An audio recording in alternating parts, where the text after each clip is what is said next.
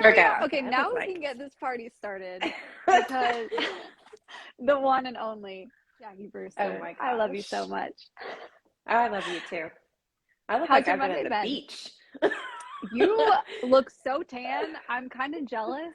And like, you don't even live in Florida. I'm the one in Florida. I should be tan.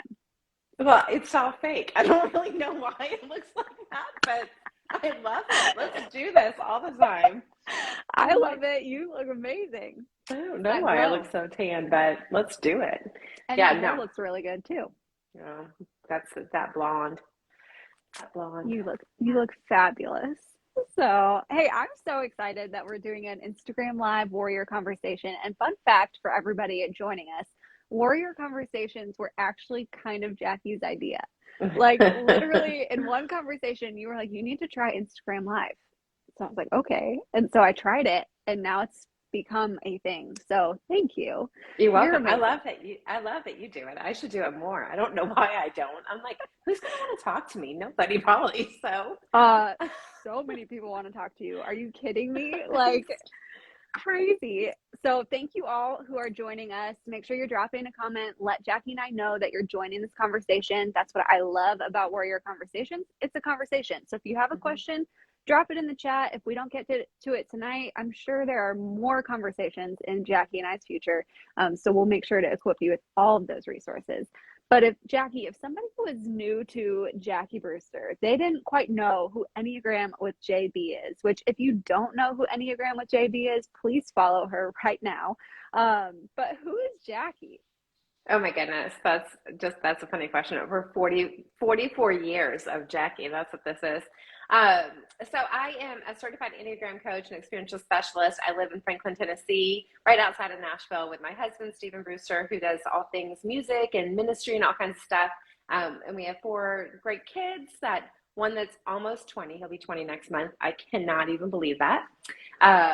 One that's 18, graduating high school this year, and I have twins that are 13. And so they are my life, they are my world. And then I get to do this fun Enneagram business that I coach. I coach individuals and couples and also corporate companies or churches. And I just help people uncover and discover more about themselves through the help of the Enneagram as a tool. But we know, Emily, that transformation comes from the Holy Spirit. So it's a tool that we use, but we actually, invite God into all of it and say, help us to see the places that we are blind to in our lives. Help us to uncover parts of ourselves that maybe we have not fully figured out yet. So that's a little bit of me in a nutshell.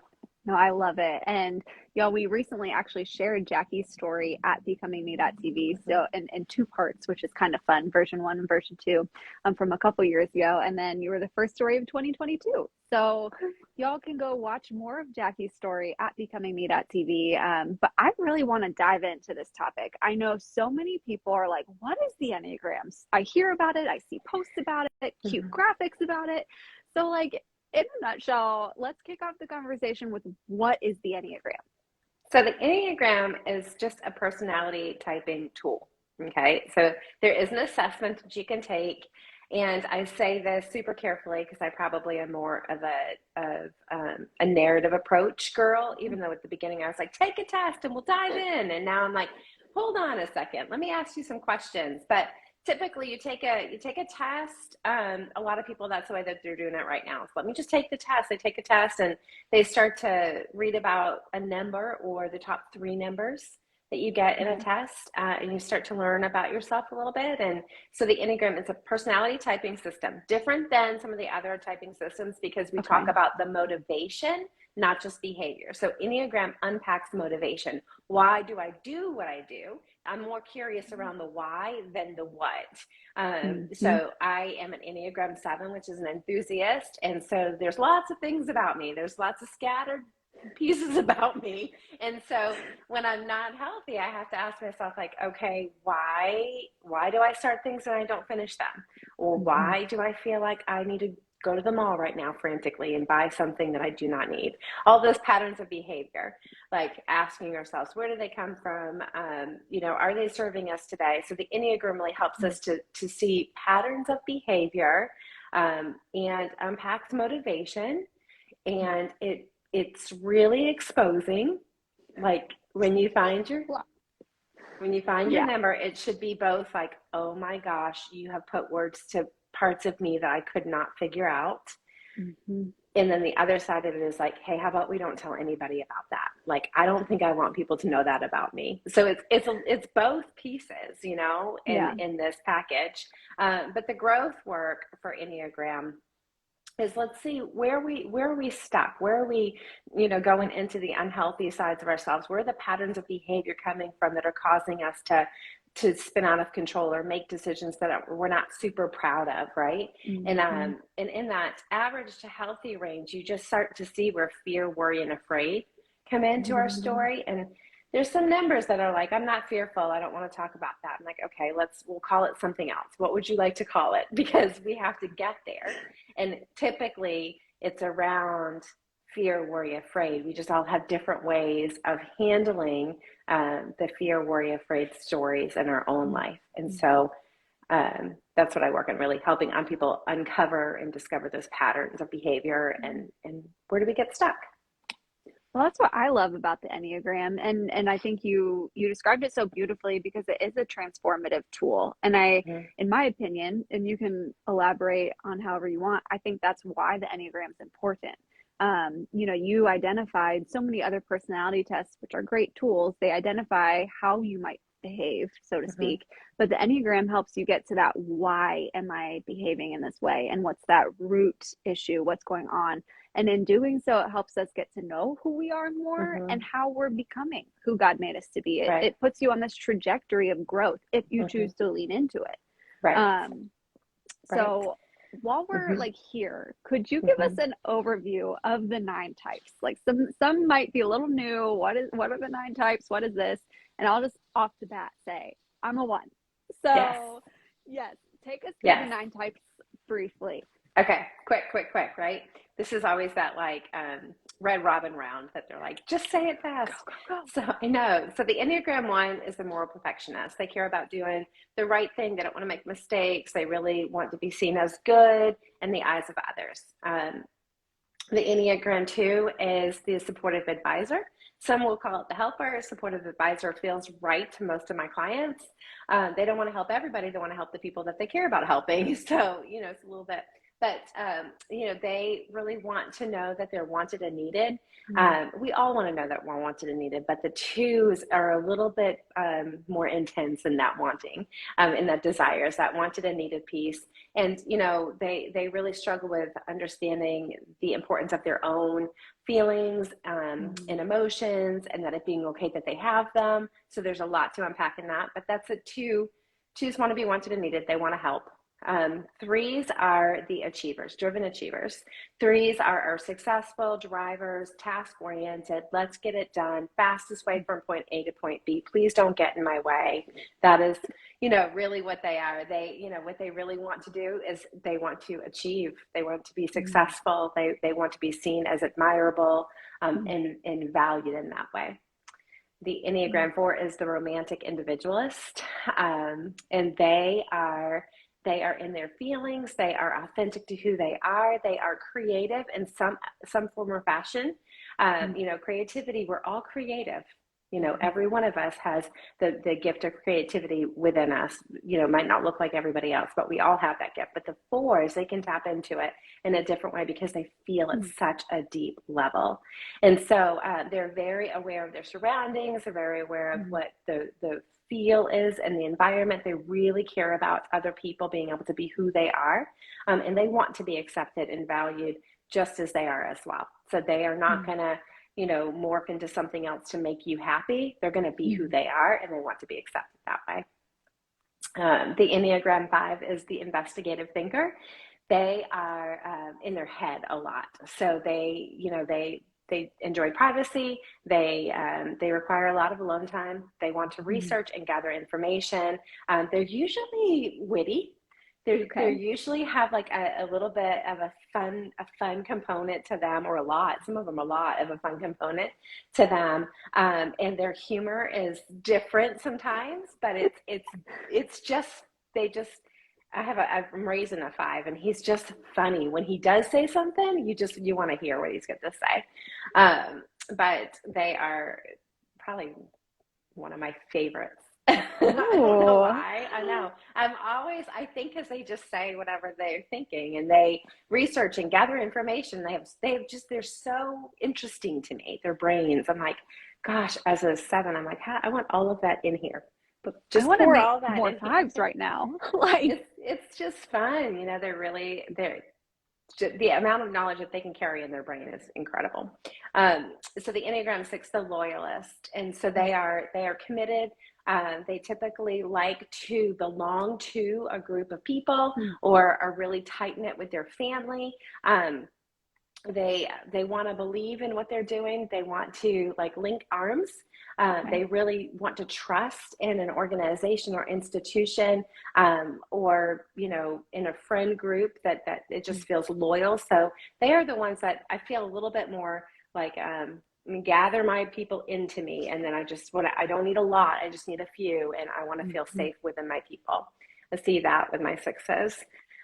The 7 is the enthusiast. They are a lot of energy, high vision, let's go and do. They can be scattered for sure, but when they're healthy, they are disciplined. But there's a lot of work to do to get to that place for the 7. But they are, energetic enthusiasts. I think that's probably the best way to say it, right? They are high vision people, go after what they want. They're great gatherers of people as well, with a lot of enthusiasm to move them towards doing something. So if the 7 has a cause, they're going to gather everybody to it, and let's make this thing happen. The 8 is a protective challenger, which 8s are amazing. I have a lot of 8 clients, and 8s, they feel passionately. They are big picture thinkers. They are protective. They're protective of their own selves, the people that they deeply care about.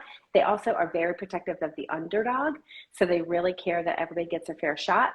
And they, oh my gosh, I could say so much about every single number. So let me just go on. I love it. I would take as much Jackie time as I can. Oh my get gosh. Always. I love it. I love all the personality types, and I love all of the beauty that happens in growth in the personality types. So, and then the Enneagram 9 is the peacemaker. And so they sit on top of the Enneagram. I always think of them as the owl. Like, they see all sides of a situation. They're wise. They're discerning. They have a deep knowing about them. They're great in crisis. They're great in being able to hear all sides of a situation and then mediating. They're really, really good at that.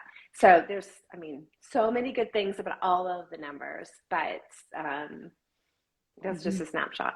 Yeah. No, I love that. And I'm curious, for those who have joined us, if you know your Enneagram number, throw it in the comments. I would love to see that. You've already heard, I shared I'm a 1. Jackie shared she's a 7. But earlier there was something that you said, Jackie, that you used to be like, oh, take this test and you can type yourself. What are you recommending now if someone doesn't know where they fall in those 9 types? Yeah, it's a great question. I still recommend the READY test, RHETI, that test. I still recommend that test if you have no idea and you're like, all my friends are talking about it. I just need someone to start. I like that test. It is a paid test. Your EnneagramCoach.com. She's a Christian. That's who I got trained under. She has a free test on her website. You could do that test as well. But I want you to just take it as a starting point. It is just the jumping off point around okay, so this is what they're saying. This is what I scored as. But you've got to think, an Enneagram, any personality typing test is not a blood test. Any test you take, you're testing, according to your own awareness of your own self. You're going to answer questions sometimes on what you think other people think about you, on how you want to be perceived. And so, I'm in that assertive stance. And so I don't always love that about myself, or other people don't love that about me. That's probably more like it, because I'm fine with it. Then I'm like, oh, I'm a lot. Okay, I'm a lot right now. But if that, would be true about you, people have said stuff about you, maybe you want to be a little bit more meek, or maybe you want to be a little bit more mild. So you might answer a question that would skew it off a little bit. So that's what I always think with personality typing systems. They're just not 100% accurate. But I think the most important thing about it is you start to gather the information, you start to read about it, You want to look for the motivations. Why do you do what you do? And that's what it comes down to for Enneagram. It's the why do you do it? So where I look at the why do you do it has a lot to do with the unconscious childhood messaging, which are messages that you would have picked up in your home. There's nothing wrong, nothing bad needed to happen. There doesn't have to be this big trauma story. I think a lot of people feel like that. There doesn't have to be a big trauma story. It just means the way that your family functioned, you guys had value, a value system within your home, and then God crafted you and created you just uniquely who you are, and then you're born into this home, and then your little disposition meets their dispositions and their value systems, and everybody's swirling around trying to figure out how to love everybody well in these homes. And so when I think about that, I think, okay, so I look at the unconscious childhood messaging. So for an Enneagram 7, my unconscious childhood messaging was, it's not okay to trust anyone for anything. And that might sound like, oh, that's awful. Well, I grew up in a single mom home. And so I learned early on, like, oh, okay, money's tight. You got to work really, really hard to succeed. If we don't have food, we don't have money to buy food. Somebody has to work to buy food. Like, I just learned a lot of things. You know, I learned like one can of soup was going to feed me, my mom, and my sister. There wasn't like just pick what you want. Like my family, my kids now, they're like, they can eat whatever they want. And there's no concern about that. But I didn't grow up like that. And so that piece right there, you know, makes a lot of sense to me. I think my mom said that growing up, like, you can't trust anyone for anything. Make sure you can take care of yourself and your children. And she wasn't trying to do anything bad by that. She just had been hurt in her own story. And so those unconscious childhood messages, I think, are huge. They really motivate a lot of our behavior. Why do you do it? So, you know, Emily, for you in it as an Enneagram 1, that unconscious childhood message is, it's not okay to make a mistake. And the thing in this story is, I know your parents, and they are beautiful souls. Yes, so they are. It wasn't that they had a whip and they were, anytime you made a mistake, you were in trouble, put in the corner. That was not it. It was your own disposition, the way that you took in the information. Do you want to talk about that just for a minute? Exactly. No, you're 100% right. And I love even what you're talking about with the childhood messaging, because, and being born into this family, and you're kind of watching and seeing, how do we all love each other well? And for me, growing up as the oldest child, my sister is an Enneagram 7, and my mom's a 9, my dad's an 8. And so watching all of the dynamics, I, as the oldest, just dipped into, okay, I need to make sure I am good and I am right. And like everything that I can control is perfect for everybody else. And it was weight that I put on myself. It wasn't any external you know, situation or circumstance, but it was how I received communication. And so in the work that I've been doing with you, I've been able to uncover these childhood messages and really see like how past narratives in my mind were not at all maybe what the circumstance was. It's how my brain and the motivation behind me and who I am received things. And so when I identify those things, I can then grow through them, and I don't have to stay stuck in, I need to be perfect and good and right. Yes. That's the work, everybody. That's the work. I mean, that is the work. That's uncovering those patterns of behavior around, you know, again, for the 7, like, it's not okay to trust anyone for anything. Okay, then I'm gritty, and I'm going to have to figure out how to make everything happen on my own. And I married a guy that's like, what is wrong with you? And I'm like, I don't know how to let my guard down. You know, years into our marriage, and he's still like, why are you fighting? Like, I'm here to help you make something awesome happen. And I'm like, I don't know why I can't trust you, but I'm trying to trust. And so, you know, but the honest conversations around, oh, this is a me issue, this is not a you issue. Because a lot of fights happen right in that with those unconscious childhood messages. We fight against a lot of good people in a lot of situations if we feel that those messages are being, you know, attacked in some way or being dismissed or anything like that. So I think the unconscious childhood messagings, all 9 numbers have them. You can see them on my Instagram page. You guys could go scroll through and see them. And then the other message is the heart longing message, the message that you long to hear. So as an Enneagram 1, what you long to hear is that you are good. You know, can I just go through those real quick? Yeah, go. Oh, I would love it. Okay, because I think so important. Yeah, that message, I think the unconscious child message is super important. Oh yeah. And you should relate to that if that's your number. So when you land Yep. on your number, because like I tested as an 8, and the 8 is it's not okay to be vulnerable or to trust anyone. And I'm like, yeah. But then I read the 7, and I'm like, oh no, that's the message I have. Mm-hmm. Every decision I make is around this message right here. Mm-hmm. And so it's really understanding that. So, but the heart longing message is, the 1 is you are good. The 2 is you are wanted and loved. It's loved and wanted on that one, or needed and wanted in the work environment. The Enneagram 3 is you are loved for yourself. The Enneagram 3 feels like they have to wear a mask, and it's really hard for them to feel like they can be vulnerable and show anybody anything other than success and awesomeness, really. So if they really are trying to figure out how to win the room or win favor with the people that they're with, and so to take that mask off and just be loved as they are feels so scary for a 3. And Enneagram 4, you are seen for who you are. You're accepted, you're loved, you're valued just as you are. My sisters, I have 2 sisters that are 4, and a daughter that's a 4, and they are all so unique in how they want to be loved.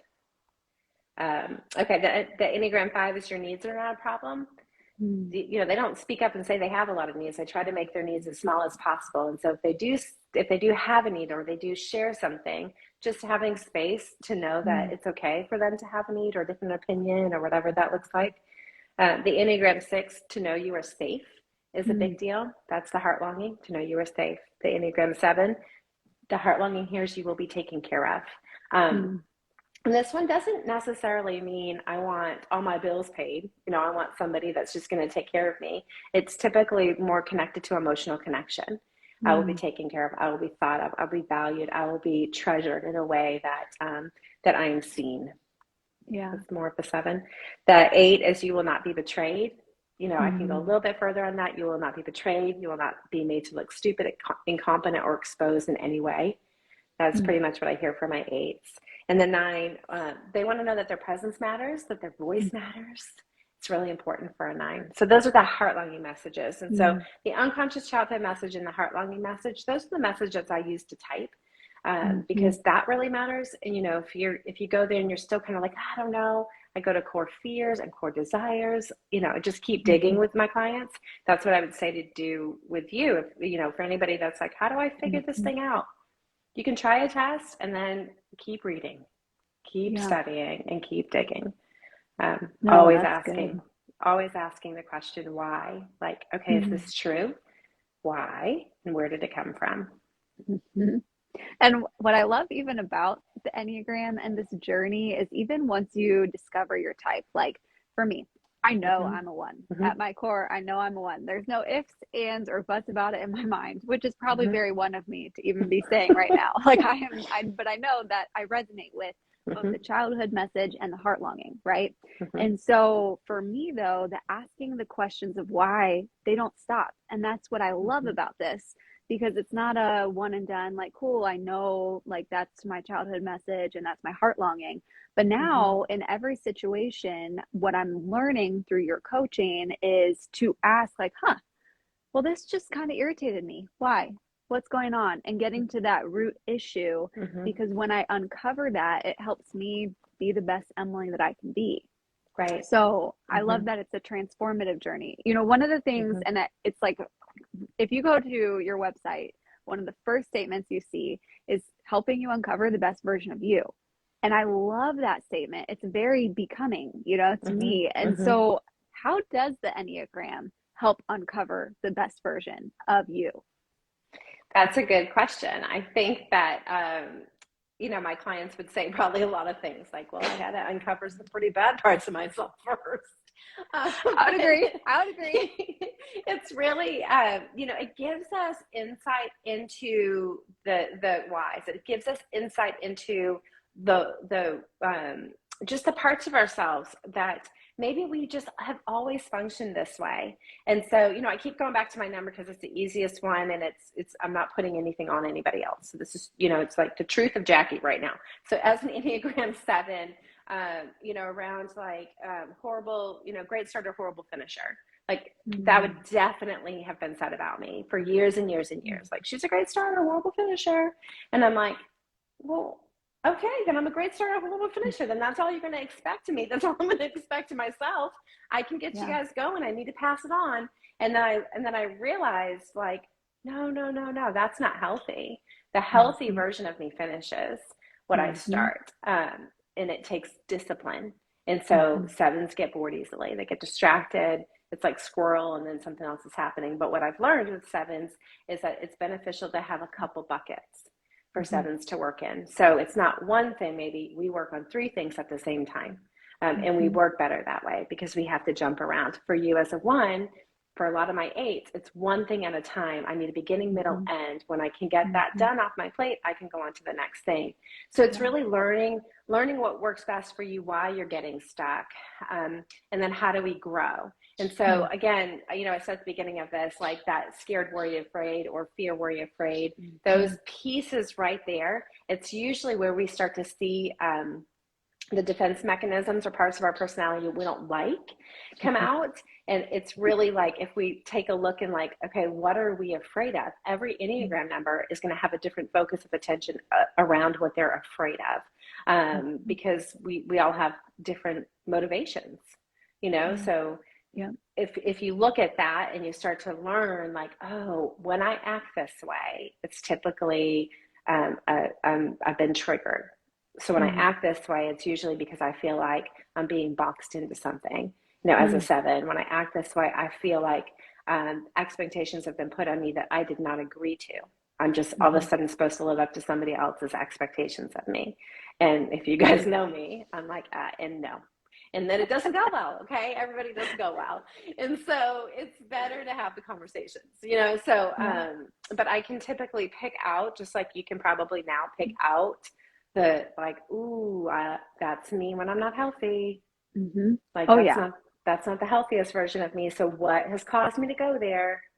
And and then we just learn, like, what does health look like? In health and growth as Christians, health and growth has a lot to do with you cultivating a relationship with the Lord through prayer and worship, spending time with Him, and spending time with other Christians, so that we can all build each other up and speak life over each other, and iron sharpeneth iron, so we can continue to move along in this calling that we all have, to spread the good news. So I love that.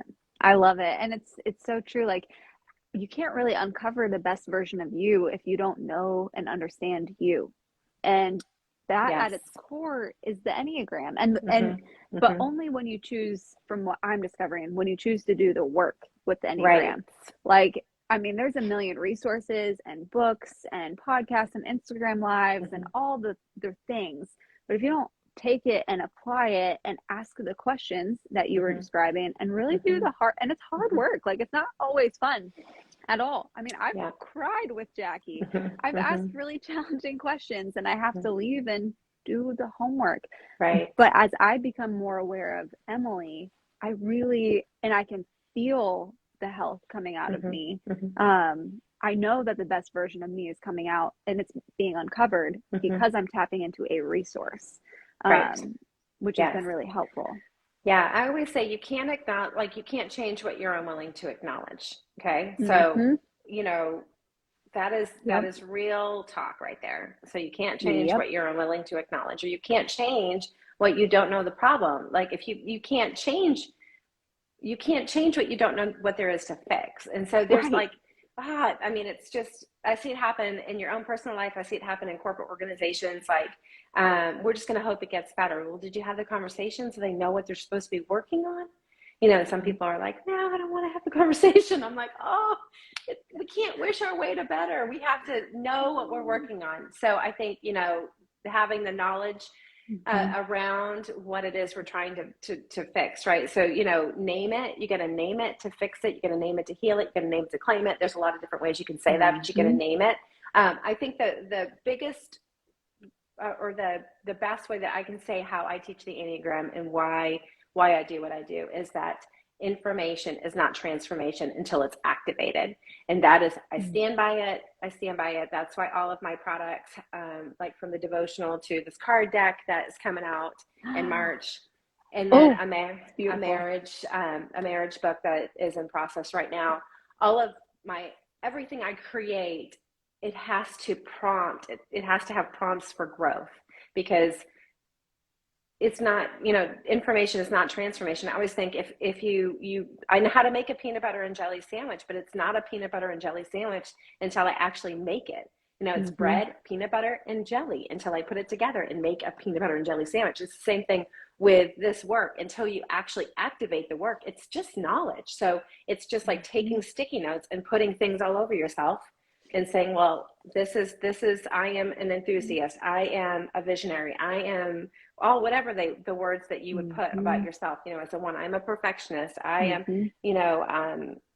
I have a high moral compass, all the things. Awesome. Okay. Now tell me why. Tell me why, where they come from. Is it working? Are you getting the results that you want out of these patterns of behavior? So that's a lot of focus of attention is on the activation of the information. No, I couldn't agree more. I feel like in the last probably, I don't think I've been on a full year journey with you yet. I think I started intentional coaching with you last spring. And in this less than a year, I can confidently say I know more about why I do what I do than I've ever known in my entire life. And I feel like my reflexes are getting faster. So I'm able to pinpoint much more faster, like when I'm starting to go down an unhealthy route, or a habit or a trigger loop. And so you're so right. If somebody was watching this live and now they're like, man, I really want to learn more about the Enneagram. I kind of want to do this work because I want to know me and I want to uncover the best version of me. How and where should they even start? Because there are a lot of layers. There's a lot of layers. Somebody was asking how I study tri-types. Yes, I'm going to just leave it at that. Yes, I have. We're not going to go into that, but yes, it's fascinating, right? So if you're just kind of like trying to figure this journey out, I know a lot of people have read The Road Back to You. You could do that one. That's a fine resource. I probably have a couple ones that I use to coach with. And this poor book has seen better days. But it's my favorite. It's The Wisdom of the Enneagram. It is a really thick book, but in that book, there is a test in the beginning of the book, and there's a test for every single number. So you can really dive in and say, like, I'm going to do every one and see what I score and really see it. And then it breaks it down. I love the way that he breaks it down. So I love this book. That's a great resource. You can use social media. There's lots of great social media accounts out there putting lots of good stuff. I would stay away from the memes, because memes, we're just putting numbers on people's characters. We have no idea. I've not sat down with any of those people. So if you see a meme from me, I thought about doing some just because it's fun sometimes, but I don't know those people. So I don't know, you're not supposed to type other people. And so partly, my publishers are like, why can't you do fun things? And I'm like, because I really want to teach awareness. And so sometimes it's fun, but I really, don't know. So, but great Enneagram, teachers out there are doing some great stuff. So you could do it that way. I do coaching. There's other coaches that do coaching. So you can always sign up and do coaching with one of us. I'm just trying to think. I mean, there's so many good resources as far as Tell books. us too about your devotional that came out.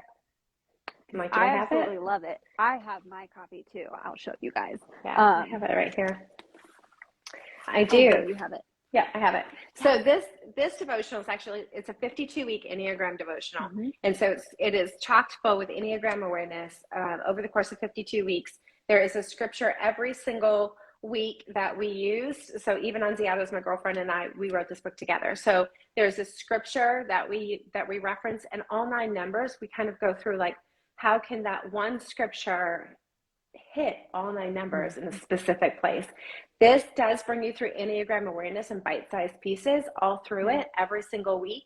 It's like you're going to uncover layers and layers and layers of yourself through Enneagram. But then with biblical truth, you're going to learn how to fight against some of the temptations or frustrations that we come against with our personality types.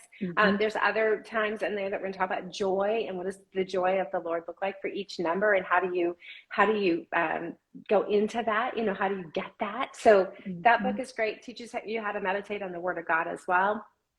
Lots of prompts in that book. So it's called Hearing God Speak. 52-week Enneagram devotional, and you can buy it on Amazon, Barnes Noble, Books A Million. The Christian bookstore sometimes has them on sale. So, and then this is the other project that comes out in March. Yes, this one is pretty amazing. And we just did a huge film. We just filmed for 2 days for you guys to be able to see what it is this tool is. But every card has different stuff on it. So like 7's under stress. So we go through all 9 numbers in bite-sized ways. It's interactive, so you can use this in all kinds of different settings. I had people just pulling cards out, asking questions. I had couples working through it, laughing, maybe getting a little edgy at times, questioning different things. We had, we did a family dinner. We pulled the cards out and started asking the kids questions around what they thought their numbers were, what they thought about different stuff. So that is a good resource too, to just start the conversation. That's awesome. Well, I would definitely say, if any of you are not following Jackie, my personal favorite resource is at Enneagram with JB on Instagram. I love all of your resources. And I especially love being a part of your email and text list, because you send out really helpful like PDFs and information and prompts. And I always seem to get them in the middle of a random moment of a day where I'm like, oh, I need this right now. Like, it's just a great prompt. So make sure you guys go connect with Jackie. And Jackie, thank you so much. I know there's so many layers to the Enneagram, so many avenues that we could talk through, but really walking through how this resource can help us uncover the best version of who we are and who we're becoming has just been so helpful. So thank you for your time. Thanks for investing in me. You're welcome. I just appreciate you. Is there anything else you'd want to share or add about the Enneagram in this version of the Warrior Conversations? No, just, continue to dig, continue to learn, always be a student. Don't weaponize it, don't use it as a weapon against yourself. Don't beat yourself up about things that you read about or discover about yourself. Just hold them in a neutral space and ask yourself questions around like, okay, well, that's interesting. Where did that come from? And, how has those patterns served me, and are they serving me anymore? And so, that's my heart for the work that we get to do with people, is that we can neutralize some things so we can work through them. So, no, just keep digging, just keep swimming, but keep digging, I'm like, keep going, keep moving towards growth. And even if you have a bad day and you are not the best version of yourself, it doesn't mean that that's who you are. You are who Christ made you to be. Aside from personality, he has made you unique. He has crafted you uniquely you for whatever purpose it is that he has for you to do. And so I think that's just so important for people to know. You are more than your number. I love it. And I love you. Thank you so much. I love you too. For helping me become who God made me to be. I'm forever thankful for you. So I love the journey. You're welcome. It's amazing. Welcome. Thank you all for joining us. And Jackie, thank you. We'll talk soon. All right. Thank you all. Guys. Bye.